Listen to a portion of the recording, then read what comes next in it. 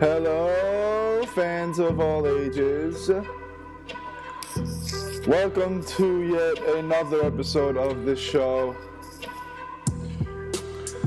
We got a lot of football playoff races heating up, so we're going to get into that in just a moment. We have some more baseball news involving the Yankees and a lot of free agents and a lot of trades and all that good stuff. But first, we are going to start off with the NFC East champion Dallas Cowboys, who clinched their first playoff berth and first NFC East title since 2009. After losing in the NFC East championship game in Week 17 3 years straight to three different teams, they finally got redemption. They won the division. They are standing at 11-4. And I am a Giant fan through and through. I hate the Cowboys. But I'm going to be rooting for Tony Romo. I'm not going to be necessarily rooting for them to win. I don't want the Cowboys to win the Super Bowl because watching them lose is a highlight of my day. But I'm a huge fan of Tony Romo. I think the guy is a great quarterback. I think he gets unfairly criticized. I mean, yes, the guy is notorious for costly interceptions. He's notorious for losing 3 straight NFC East championships. He's notorious for that botched snap against Seattle in the playoffs. He's a choker. That's what he's known for. That's why he gets ripped on all the time. When you take a look at his stats this year and even in years past, I mean, the guy is a really solid quarterback. I remember when, was it Amani Toomer? It was an old Giants receiver a couple years ago. And he said that Tony Romo was the best quarterback in the NFC East. And I think it was either the year the Giants won the Super Bowl or the year after the Giants won the Super Bowl. I was like, how can you say that about Tony Romo when Eli Manning is in this division? And you look at the stats, and it's a toss-up. And right now, I give it to Tony Romo. Yes, Eli has 2 Super Bowls under his belt. He was clutch when the Giants needed him to be clutch. He had that magical season in 2011 where he almost threw for 5,000 yards. He won the Super Bowl that year. He was absolutely incredible. But if you think that Eli is an elite quarterback, if you thought he ever was one, he never was. He had one elite season, but you can't be elite in 1 year. That's my opinion. But again, Tony Romo is a great quarterback. The thing that I love and respect the most about Romo is how he extends plays so well. Look at the win against Seattle and that bomb to Terrence Williams where that was the catch of the year up until Odell Beckham Jr. Tony Romo evaded like 3 sacks on that play. And granted, the Cowboys' offensive line has been incredible this year. They're the sole reason why DeMarco Murray has run for over 1,700 yards. I mean, that's what Tony Romo does best. He extends the play, and sometimes it doesn't work out, but he evades sacks. He knows how to escape pressure. He just knows what to do. He's collective. He's calm in that kind of situation, and sometimes it works out for him. And that's what I love most about Romo.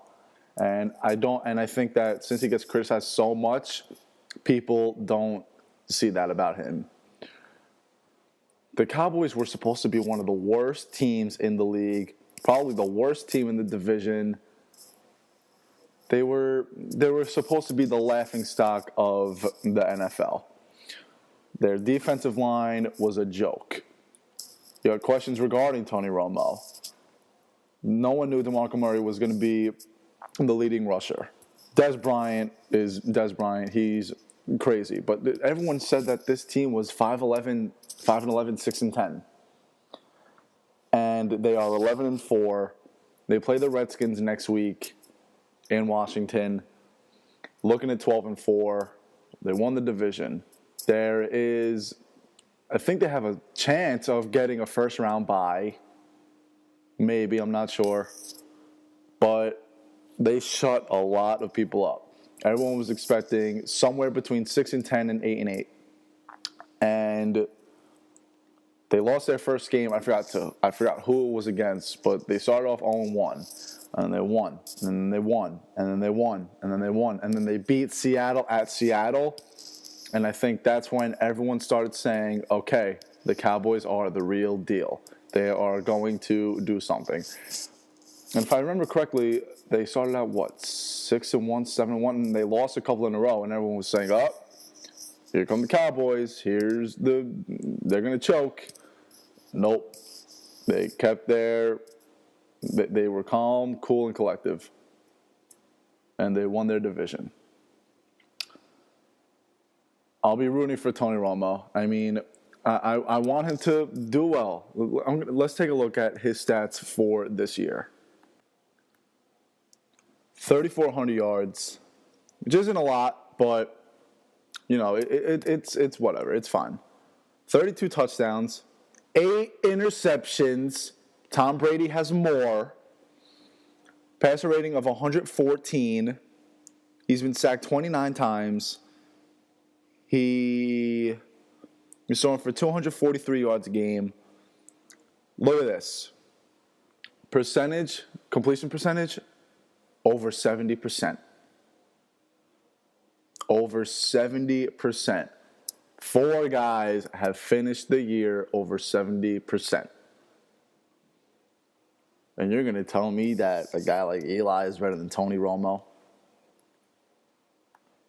Granted, Eli's having a great year. I think he's doing a lot better this year than he was last year. But Eli is too up and down. He either throws for 30 interceptions or he throws for 40 touchdowns. It's one of the two. He's too all over the place. Romo is consistent. Last year, 3,800 yards. How many interceptions did he have last year? 10 interceptions last year. 31 touchdowns. 96 passer rating. 64% of his passes. The year before that, 4,900 yards. 65% of his passes. 19 interceptions, a lot, but 28 touchdowns. I mean, the guy's consistent. The guy has never thrown for 20 interceptions in his career. His career high is 19. He did it twice. Once in 2007, once in 2012. Everything else, 7, 9, 8, 10, 10. He's consistent. And this is by far his best year ever. By far. Yes, he's had some 4,000 passing yard seasons. But he's completing 70% of his passes. He's thrown only 8 interceptions. Some of the Tom Brady has more. I'm almost positive Payton is around that area. Tony Romo is doing phenomenal. 34 years old, and he's having a career season. Call me crazy, but Tony Romo should be in MVP talks. I mean, granted, the guy has an insane offensive line. He has Dez Bryant. He has DeMarco Murray. But you can't let these numbers slip by you. 32-8, 29 sacks, 114 passer rating, 70% of his passes. He's missed 1 game. He's having a great year, and he gets unfairly criticized. Tony Romo is the kind of guy where in the first round of the playoffs, he will throw for 400 yards, he'll have 5 touchdowns, and he'll throw 1 interception late in the game, and everyone is going to say, oh my God, Tony Romo, he's terrible. Why haven't the Cowboys tried to trade him, blah, blah, blah. That's how the guy is. He's one of the most targeted athletes in sports. He is. I won't be rooting for the Cowboys. I hate the Cowboys. But I want Tony Romo to do something. I know you Giant fans out there are listening to this and like, what is this guy saying? I like Romo. I mean, I like him. I don't think the Cowboys are going to do much in the playoffs. They'll make it to the divisional round at best. Who will they be playing? They can either play. They really can play anyone at this point because I still think they have a shot at getting a first round bye. They can play the Packers, whoever. We have no idea. But no matter who they play, they're gonna have a tough time. Divisional round at best. Wouldn't be too surprised if they made it to the NFC Championship, but that's still Packers Seahawks in my mind, unless if the way the bracket falls into place, then they have to play each other in the divisional round. But that's just me. I think the Cowboys are going to lose in the divisional round. I'm hoping Romo does well, and that's it. Speaking of playoffs, the NFC South champion will be under 500. The NFC South champion will probably be 7-9. There's a chance for it to be 6-8-2. And I was talking about this yesterday. I saw on SportsCenter with the Panthers win yesterday, that officially eliminated the Saints from the playoffs. And I thought to myself, the Saints can go 7-9. The Panthers can go 6-8-2, and the Panthers would make the playoffs over the Saints.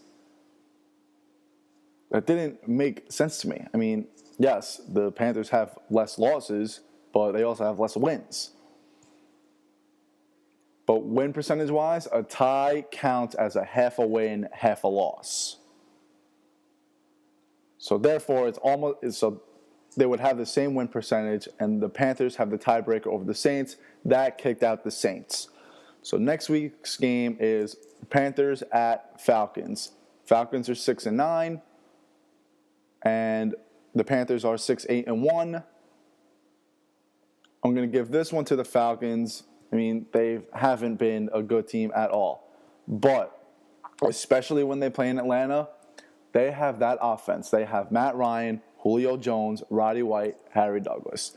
They have that offense where Matt Ryan can throw for 400 yards and 4 touchdowns like that. Look at opening day. First week against the Saints in Atlanta. That was the Matt Ryan I expected all year. That's why I picked him in 3 of my fantasy leagues. But sure enough, he obviously didn't perform that well. But again, this is the offense where they haven't been all that great, but they can go off. Look at the game against the Bucs in, week 3, I think? It was earlier in the year. And I don't think this Panthers D, especially this year, can stop the potential Falcons offense in Atlanta. I don't think it's possible. I'm going to go 35-17 Falcons. I don't know, just pulling numbers out of my head. A 6-8-2 team and a 7-9 team can make the playoffs. The Eagles can finish 10-6, and they will miss the playoffs. A lot of people are calling for a rule change, saying how there's no possible way a team under 500 can make the playoffs, while you have a 10-6 team miss it. The Eagles could finish. They could have finished 11-5, and they still would have missed the playoffs. There are way too many pros and cons about a under 500 team missing the playoffs. It's your division. You win the division. You're in the playoffs. Look at it this way. The Giants won the division at 9-7 in 2011. They won the Super Bowl that year. The year before that, the Giants finished 10-6. They missed the playoffs. The Seahawks beat the Saints at 7-9. So anything can happen. If you're in the playoffs, you can win the Super Bowl. If the Falcons win the Super Bowl or the Panthers win the Super Bowl, are they the best team in the league? I don't think so. Were the Giants the best team in the league both years they won the Super Bowl? I don't think so. But I mean, you're only in the division because of where you're playing. I mean, if the Giants if the Giants were played in South Carolina, they would be in the NFC South. They would be tied for first. They would actually be in first place because they beat Atlanta, I think. Yeah, they would actually be in first place in the division. So, I mean, and then you have the situation where good teams miss the playoffs. Look at the NBA. I mean, they were who was the 8th seed? The Hawks. They were like 38-44. The Suns missed the playoffs in the West. They had 47 wins last year. So there's too much to. What are they going to do? Like, unless if you completely get rid of division standings and just do the top 6, but what's the point of having divisions then? The point of divisions is that you have a team from each division come out and play. I've heard that the NFC South champions should make the playoffs but not be able to play at home. That's tough. I mean, it is really weird that the NFC South champion will finish under 500, and the rest of the teams in the NFC right now are 11-4. So a potential 11-5, 12-4 team will have to play on the road. That is where I don't think it makes too much sense. Yes, you won the division, you make the playoffs. But there's a team better than you that's playing on the road. I think if the NFL should change anything, it should be that. Have all the division winners make the playoffs, but seed them in based on their record. Because right now the NFC South champion is in the 4 slot. The last 3 years, the NFC East champion was in the 4 slot also. So right now, I think it's okay. I'm not necessarily complaining, but if the NFL wanted to change it, that's what they should do. The best team to not make the playoffs this year is the Eagles. They can either be 9-7 or 10-6. And again, they could have been 11-5 and still missed it. NFC stacked. Besides the NFC South, every team in the playoffs is 11-4 right now. The team not 11-4, but apparently they don't know how to lose anymore, is the New York Giants. They're 6-9. They're on a 3-game win streak. What happened? What happened? Did they decide all of a sudden that maybe they can magically find their way into the playoffs? They don't know how to lose. I mean, granted, they played the Titans, they played the Rams, and they played the Redskins. And with that loss to the Jaguars, they're 6-9. They could be 7-8 right now, but they're not. But anyway, why do they keep winning? The players, I don't think any player ever wants to tank. But right now, I wouldn't be opposed to it for the Giants. I mean, the only exception to a mid-round pick, I mean, the Giants are not going to get a top 5 pick anymore. They might not even get top 10. They might get somewhere between 10 and 15. They had 12 last year. And you say to yourself, oh my God, why didn't the Giants tank? They could have had a top 5 pick. They could have had Amari Cooper, blah, blah, blah. They had a mid-round pick last year. Guess who it was? Odell Beckham Jr., who I'll get into in a minute.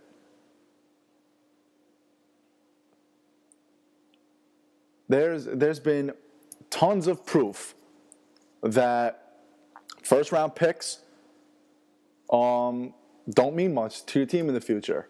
And there have been times where 6th-round picks and 7th-round picks mean the world to your team. Tom Brady. He was a late 6th-round pick. People call him the best quarterback of all time. There have been number 1 picks who play 3 games in the NFL or the NBA or whatever, and they don't even see another down after 2-3 years. But going back to Odell Beckham Jr., the guy was 12th overall. I'm going to be completely honest. When the Giants picked Odell Beckham Jr., I was going insane. I was like, why are the Giants picking this guy? The Giants don't pick on their team needs. They run the draft based on who is the best on their board. That's why they picked Odell Beckham Jr., and he has not disappointed. This guy, my vote for Rookie of the Year was Mike Evans. I changed my mind yesterday. Odell Beckham Jr. is a top 5 wide receiver in the National Football League right now. I think he is top 5. Definitely top 10. The guy is absurd. He is absurd. He is a freak athlete through and through. He has lightning speed. That 80-yard touchdown yesterday, he was burning the Rams.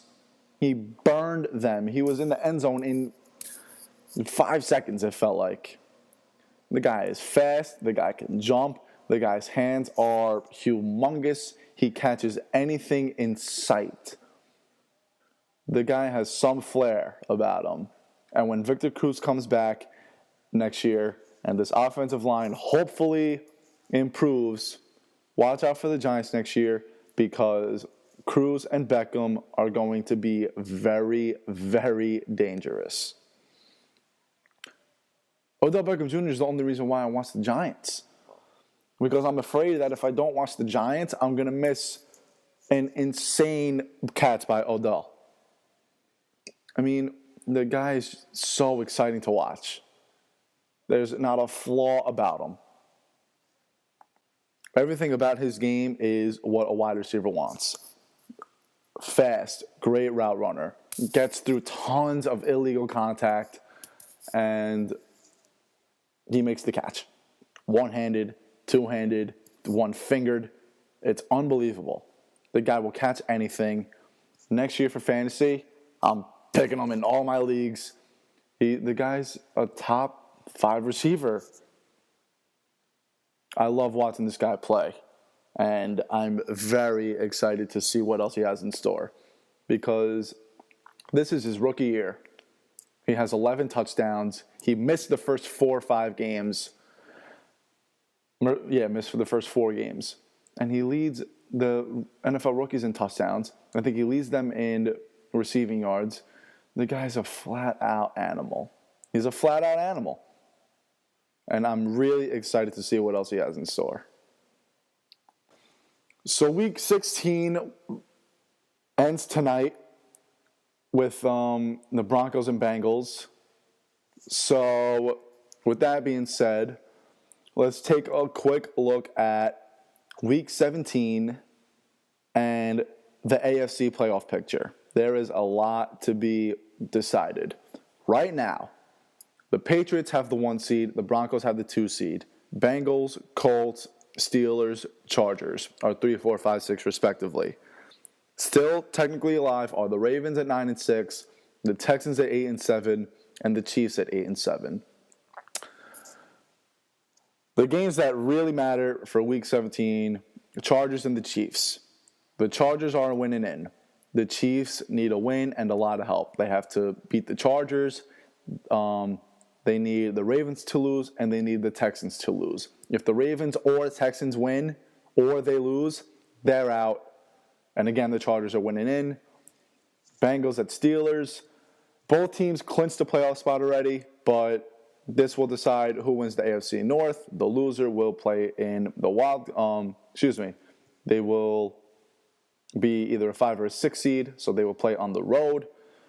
Browns and Ravens. The Ravens need a win and a Chargers loss to the Chiefs to get into the postseason.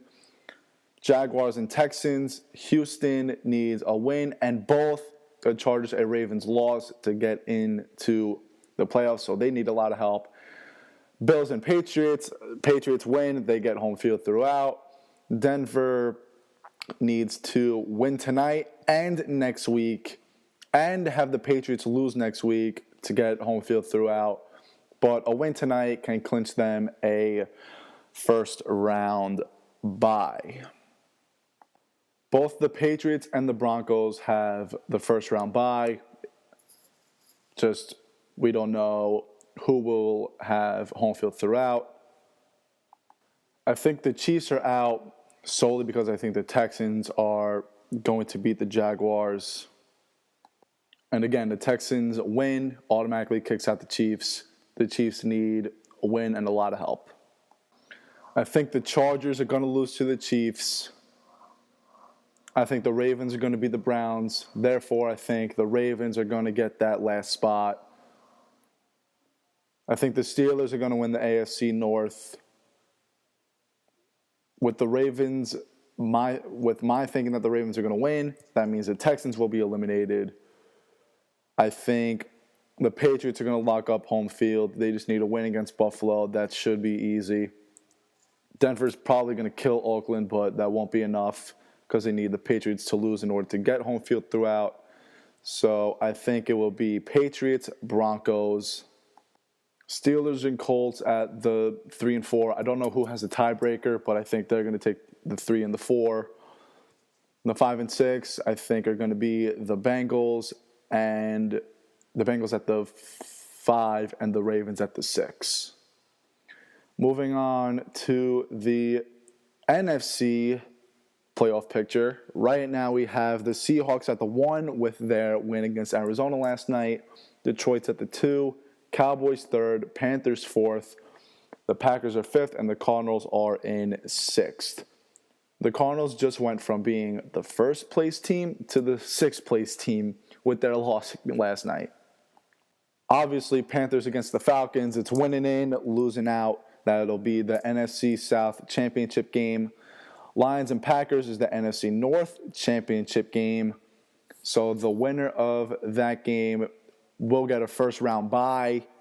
The loser can face the Cowboys if the Cardinals beat the 49ers in the first round. Seattle clinches home field advantage throughout with a win against the Rams. I think that will happen. The Cardinals need a win and a Seahawks loss to win the NFC West. They can still get home field throughout. I think they can get home field throughout with a win, a Seahawks loss, and they might need a Cowboys loss also. I don't know. I'm not a huge savant. I'm just reading off of what's in front of me right now. A couple teams can get home field, I'm pretty sure. But with that being said, I think the Seahawks are a lock. I think the Packers are going to beat the Lions. Cowboys are locked in at the 3. The NFC South is locked in at the 4. With, I think, the Lions losing, they will move to either the 5 or the 6. And the Cardinals are at the 49ers. The Niners are going to want to play spoiler to a point, but I think the Cardinals can stop Kaepernick. I'm going to go with a W for the Cardinals. So that means the Cardinals will take over the 5 at 12 and 4. The Lions will take the 6 at 11 and 5. Once the seedings are all said and done after next week, I'll give you guys my NFL playoff predictions. Beginning of the year, I had the Seahawks repeating. And now that a win locks up that home field throughout, I think it's very possible. I think right now the Seahawks or the Packers will win the Super Bowl. I think they will play the Patriots. I think that whoever gets home field between the Seahawks and the Packers will win the Super Bowl.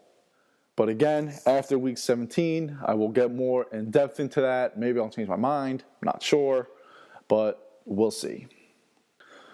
All right, football talk done. Moving on to baseball. A lot more moves since my last episode. We're going to start with the New York Yankees. They re-signed Chase Headley to 4 years, so that means he will definitely be playing third base for them. They don't want A-Rod at third. They said that A-Rod is a full-time DH. They said if they were going to get Headley back, he would be their full-time third baseman. What I didn't like is that they got rid of Martin Prado. When they got Headley, I was certain that Prado was going to play probably second base or right field, depending on what they were going to do with A-Rod and Beltran in the DH. But Prado was going to be in that lineup. And if anything ever happened to Headley, they were probably going to move Prado to third and then put Refsnyder or Pereira at second base. But they got rid of Prado, and David Phelps, a guy who came up big for them last year, for this Eovaldi guy who struggles late in the season, and Garrett Jones, who's a solid ball player, but I take Prado over him. I didn't like this move. I liked Prado. When he was with the Yankees, he batted close to 300. He was clutch for the Yankees. When the Yankees needed him, he was due. He came up to the plate big time, no pun intended. But he was good with the Yanks. I'm not sure why they did this. They're saving money. He was getting paid $11 million. But why? I mean, Prado's worth that $11 million, I think. And now, I'll get into their rotation later, but now there are a lot of question marks. They're set on young guys, and I don't like it. Again, I'll get into that later. But now that Prado's gone, are they taking the risk with A-Rod being the backup third baseman? Possibly, unless if they call someone up or they move Refsnyder or Pereira to third base if anything ever happens to Headley.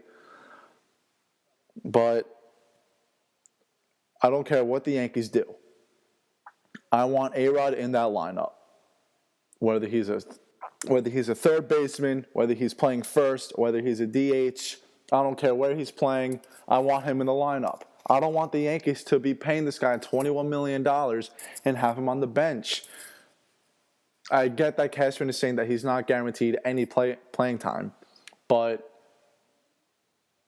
when you pay the guy $21 million this year and he's getting more as the years go by, I think you have to put this guy on the field. You have to put him in the lineup card. Unless the guy is awful and he can't even hit his own weight, then take him out. But other than that, I think you have to put in A-Rod.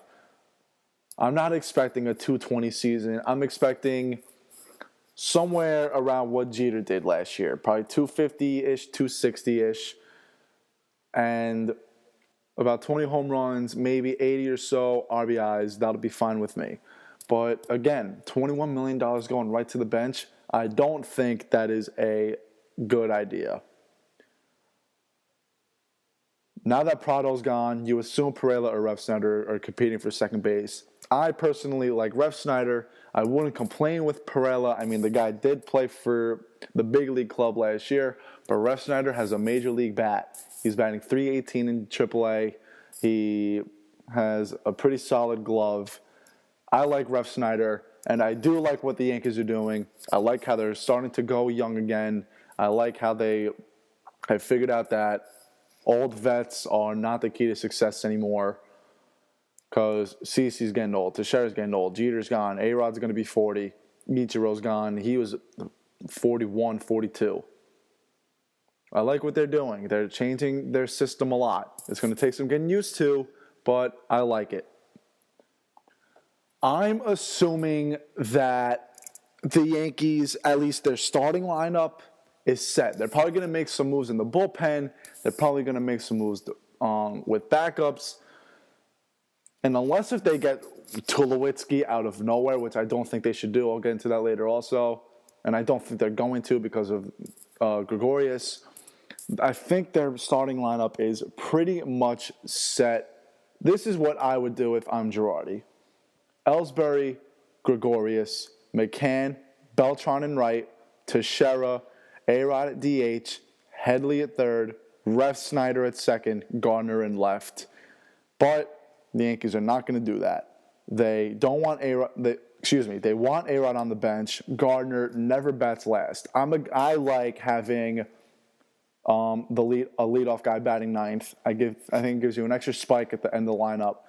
But for some reason, the Yankees don't do that. So here's what I think Girardi will do. Ellsbury, Gregorius, McCann, Beltran at DH, Teixeira, Headley at third, Gardner in left, Chris Young in right, Ref Snyder at second. I wouldn't complain too much about this, but again, I don't want $21 million going right to the bench. Speaking of a lot of money, the Yankees have said that they're probably out on Scherzer. They're set on young guys. They got this Eovaldi guy who can overpower people. He's not that great late in the year, but look at his first half numbers with Miami last year. He has the potential to be good. I think if the Yankees limit his innings, I think that this guy can succeed with the Yankees. And they re-signed Capuano, which is, I think, a terrible deal. $5 million for a fifth starter. They're going to get Nova back in May, June. So depending on if Tanaka or CC or Pineda get hurt, Capuano's probably going to get kicked out of the rotation. They're probably going to kick out either Eovaldi or Capuano, whoever's doing worse, to bring Nova back into the rotation. Right now, it's Tanaka, Pineda, CC, Eovaldi, Capuano. If they take out Capuano, they're putting $5 million on the bench. So I think that's just a stupid signing. But they want to save $200 million, which is a good idea. I don't think they need Scherzer. I think that if Tanaka, Pineda, and CC stay healthy, which I don't think will happen, I think Tanaka's going to need surgery by May. But my fingers are crossed. I'm hoping he stays healthy. I think that their rotation is okay, and when Nova comes back, they have 4 good starters, and you probably leave in Eovaldi. I mean, this isn't the Yankees of 5-10 years ago anymore. They're working the young guys. They're making a lot of moves, and they're not going into any sort of sabermetric system, but they're adopting it to an extent. And I'm a fan of it. Here's something that might seem ridiculous, but I think the Mets are going to be better than the Yankees this year. If they get Tulo, definitely. With or without Tulowitzki, I think the Mets are a 500 team this year. They got Kadire, who before he got hurt was, I think, leading the league in average. I mean, the Mets just want to make the postseason now. Kadire is not a long-term solution. They signed Kadire to a 2-year deal, but he has the bat to hit home runs at Citi Field, especially with the fences moving in this year. The guy hits for contact. He's a 300 hitter when he's healthy. I thought this was a great signing by the Mets, and you assume David Wright is not going to do what he did last year. He was pretty terrible. They got Harvey back. They won 79 games last year without Harvey, without Kadire, with a struggling David Wright, and without Troy Tulowitzki. I think that if they get Tulowitzki, they will win 85, 90 games this year. But the only problem with getting Tulowitzki is that they will have to get rid of a lot. Probably Syndergaard, and don't be surprised if the Mets are idiots and get rid of Harvey. But the Mets are already struggling with money. Tulowitzki's owed $106 million over the course of either 5 or 6 years. I think it's 6. If they get Tulowitzki, they have no chance of building this franchise whatsoever. So if they get Tulowitzki, they'll make the postseason for 2-3 years. After Tulowitzki's tenure with the Mets, they're going to stink again, because they're not going to be able to build this franchise around Tulowitzki. It's they get Tulowitzki, and they have the same team for 5 years. And on top of that, look at Tulowitzki's numbers away from Coors Field in Denver. I think he bats like 278 on the road, and at Coors Field he bats like 330 something. That's why I didn't want the Yankees to get him. I didn't think he would. I don't like his road numbers, and I think the Yankees would have had to get rid of Betances, probably Gardner, and probably one of their best probably their best shortstop in the minor leagues. If they got Tulowitzki, yeah, I would have been happy. But long term, I don't think it was the right idea. But whether or not the Mets get Tulowitzki, they have a solid chance of being a 500 team this year. They have a really good chance of being better than the Yankees. Would I be surprised if the Yankees finish with a better record than the Mets? No. But would I be surprised if the Mets finish with a better record than the Yankees? Definitely not. I think the Mets are a threat. Threat is a strong word. But the NL East is not as dominant like it was. The Nationals, to me, are still the favorites.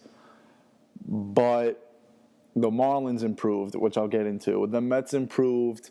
The NL East is going to be a good division to watch this year. I think the NL West is going to be a good division to watch this year also. The Padres made a lot of moves. Matt Kemp, Will Myers, who they might trade for Cole Hamels, Derek Norris, Justin Upton, Will Middlebrooks. That is scary. Matt Kemp, former 310, 320 hitter. He can hit for 310, 320. He can get 300 home runs for you. He can get 100 RBIs for you. Derek Norris, all-star catcher. Justin Upton, again, can hit for 30 home runs, 100 RBIs. His average needs to go up a little bit, but if you need him to, he will hit the long ball. Will Middlebrooks, very versatile player, solid infielder, and I think he can play basically anywhere out in the field. Will Myers, great bat, hits for power. His average can go up also, but I think he's a great fielder. I loved him when he was on Tampa Bay. I was scared of him when he played the Yankees. I really like what they're doing. I don't think they're a huge favorite in the NL West, but that is a solid lineup. They made some great additions. Their pitching is still a big question, but right now their offense is an offense from 10, 15 years ago. They're going to try to win games 6-5, 7-6, 5-4. They're going to try to get a high-powered offense, and they're going to risk pitching and defense. But if they're winning, they're winning. That's all that matters. Same thing with the Marlins. And they added pitching. They got Matt Latos. They got D. Gordon. They got Martin Prado. They got Michael Morse. They got Jose Fernandez back next year. They had 77 wins without those guys and a late season injury to Giancarlo Stanton. Like I said before, the NL East can go anywhere, and I think the Nats are the favorites. But the Mets and Marlins improved. The Marlins made some solid, good moves. I think they have a lot of chemistry now. They're going to take a little while to get used to. They're going to take a while to get used to playing with each other, but by the time May comes, I think Giancarlo and Fernandez are going to start to lead this team and say, hey, we have a chance to do something good. Let's start winning baseball games. Now, the thing that I didn't understand while it was happening was what the Oakland A's were doing. They got rid of everyone. They got rid of Donaldson, Norris, Samardzija, a bunch of people. But I saw a stat. They got 12 new guys. 11 of them are under the age of 25. This is Moneyball round 2. Billy Beane is doing exactly what he did years ago. They're getting young guys who he is hoping will grow a lot of chemistry together. Look at the Kansas City Royals last year. They were not the best team in the AL. If they won the World Series, they were not the best team in the major leagues. But they had a ton of chemistry. When you have chemistry, you're going to win games no matter what the sport is. And that's what Oakland is trying to do all over again. When you get a bunch of young guys together, on paper, it does not look good. But I'm telling you, don't be surprised if Oakland makes some sort of miraculous comeback late in the year. No, they're not going to have another 20-game win streak like 2002, but they can get a late season push with that chemistry. I think it's definitely possible. All right, that is going to do it for the 14th episode of this podcast. Ladies and gentlemen, have a safe, happy, healthy holiday. Be grateful for what you have. Broncos, Bengals tonight, Monday Night Football. It's not goodbye. See you later. Take care, everybody.